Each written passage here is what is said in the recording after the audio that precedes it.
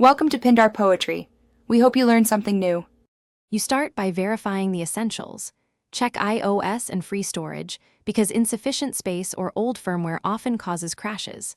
Force quit Roblox and reboot the iPhone to clear transient memory issues.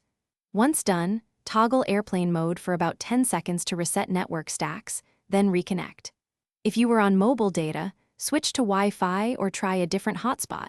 Network hiccups can make Roblox disconnect and crash. These quick steps remove the most common, immediate causes, so you can proceed.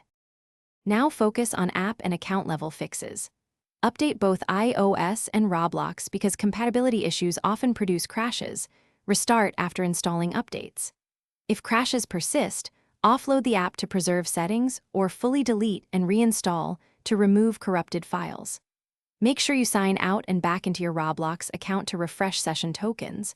Also check parental controls or temporary bans that could manifest as sudden exits. These actions address deeper software and permission problems that the simple reboot didn't fix.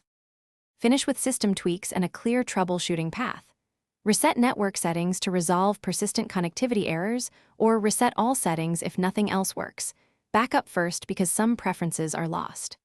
Close heavy background apps, disable low power mode, and enable reduce motion to reduce GPU load.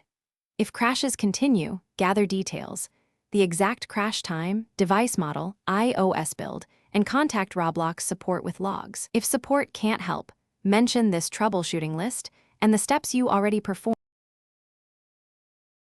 Thanks for watching. Consider subscribing if we helped you.